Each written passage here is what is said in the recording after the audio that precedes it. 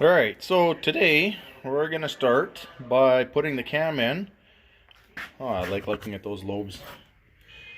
Big, huge. Alright, anyways, get distracted here. Nice thing about these LS cams is they are a hollow core. So, put a screwdriver in there, the biggest one you have. Lube the cam up with oil or assembly lube. I'm doing assembly lube. Gonna do it, smother it up.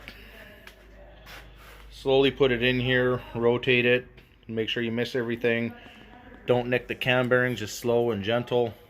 Alright, I'm gonna do a little bit of that because I need two hands. And I will show you in a little bit. Alright, didn't take long, got that in. So what I do is I lube the first half of the cam and then gently slide it in till the middle cam bearing is supported on all the cam bearings, and then I'll lube the second half of the cam. Just makes it a little bit easier to, you're not playing with a slimy thing the whole time. So a little bit of assembly lube. You don't need to go heavy duty on this because of the roller lifters in these things, so they don't need a lot of lube on there, just some. And the thing I love about these cams and stuff, roller, is there is no break-in. I love it. So we're gonna keep going. I have to find this plate here in the parts that I have, and we'll keep going from there. All right, one big thing to remember when you're putting a motor together is torque specs. So I found that camshaft retainer plate. So there you go, camshaft retainer bolts, 18 foot-pounds. I'm gonna grab my torque wrench. It's a nice little plate like that. Torque those to 18 foot-pounds. Engines are pretty critical that way, for those of you that don't know. Everything, especially things like this, the torque is very critical. There's oil passages behind this, so if I don't torque it properly, then it's going to leak, and then I might end up wrecking a motor. So keep that in mind. So I'm going to torque those down, and then we're going to pull this off, find a way to pull this off, and start putting my timing set together. So there we go. Alright, so now got the cam in, torqued. I've changed the lower timing gear. The factory one here is actually a one-piece unit. This comp cams that I was showing you guys the other day that we're installing is actually a two-piece unit. So you got to follow the instructions. It's got 3 different keyways on the crank gear, and pick which one and which timing mark you want to use. Make sure you mark it before you put everything together, because all the timing marks are covered by the oil pump drive that you install afterwards. So once you figured that out, you line the slot you want up with the keyway, slide it on, slide the oil pump drive on. Then what I did is use the old oil pump drive. I slid it on here backwards, and I used the factory crank bolt to tighten it down and suck everything into place.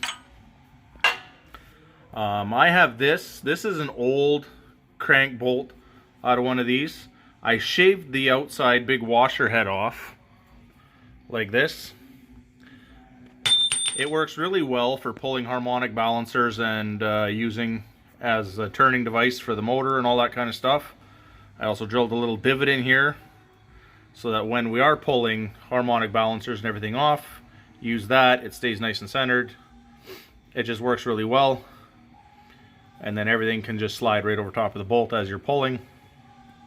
But this one with the big washer manages to cover all that, which is nice. So when I sucked this on, that's all I did. I put that on backwards, sucked it in, and there we are.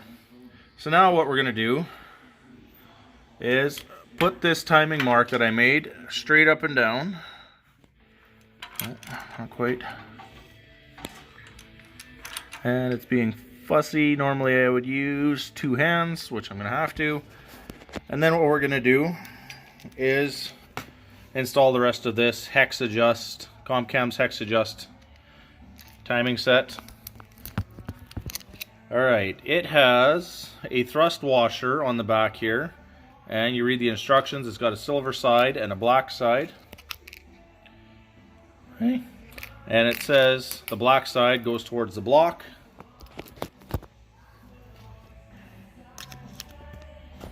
So sits on the cam gear like that. And then it has the little hex adjust piece, which slides in from the back right there. And then you can see the little marks there, the A and the R. And where you line that dot up, you can turn it, advance or retard your timing right there. We're going to install this one straight up. I'm going to see how it runs there. If I feel I need to make an adjustment at the track, it won't be that terrible. Well, it'll be a little bit of a pain. I'll probably do it on a weekend and retry it if I feel I need to do that. I'm not sure I will, but we'll go from there. So I'm going to line all this up and then show you, so I'm going to need two hands, show you what's going on after that. Alright, so we got everything installed. So what I'm going to do here now is, if you look at these, they have slots where the bolts go. And that's for when you turn the hex adjust here to advance or retard, wherever you're going to go. So what I'm going to do, I just have the bolts in there loosely. I'm going to set this, tighten one down fairly close, just by finger here. Give it a little bit of restriction. We're going to set this to perfectly straight up. I'm going to have to look at the instructions to see exactly what that is. I'm sure it's right in the middle here, but I will read and find out. And then what I'm going to do is finish snugging that one up so it's not going to move. And then I will pull the bolts out one at a time, throw some Loctite on them, put them back in, and torque these to spec. And then we'll have it locked. Okay, so after looking at the instructions, it's exactly how it works. We turn this all the way to that dot. That is advanced 6 degrees. 4, 2, 0. And then the same thing on the retard side. So if you look here, you can see it. I actually moved those bolts, which is kind of cool. So we'll put it exactly at 0 right there. And now I'm going to remove all these bolts one at a time.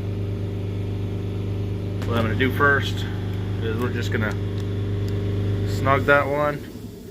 There, now we're locked.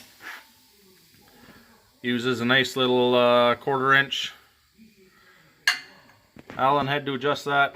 So now I'll pull these out, Loctite them, torque them to spec, and that is it for the timing change. Alright, so we've come to a point in this build. I went to turn the motor over to just check things out, and I heard this suspicious thud and everything stopped moving. If you look at that connecting rod, that would be the number 2 rod, you can see a bend in it. This kind of pisses me off. I was told this was a running motor. Yeah, somebody ran it pretty freaking hard, because bending these rods is freaking hard. And if you look at the crank, scuff mark there and there off the bottom of the piston. So this motor is a core for rebuild only, and I have to reevaluate some plans. I did think at one point about putting Gen 4 pistons and rods in these things, because they have flat top dish or flat top valve relief pistons, which would be a little more compression, better valve clearance. But now I have to do something. So I've got a decision to make. I wanted to have this thing together and running fairly quick. Guess I'm making a decision. So I don't know what else would be wrong in this motor. So this motor, core for rebuild only. Not fun. Alright, I will figure out what I'm doing and let you guys know.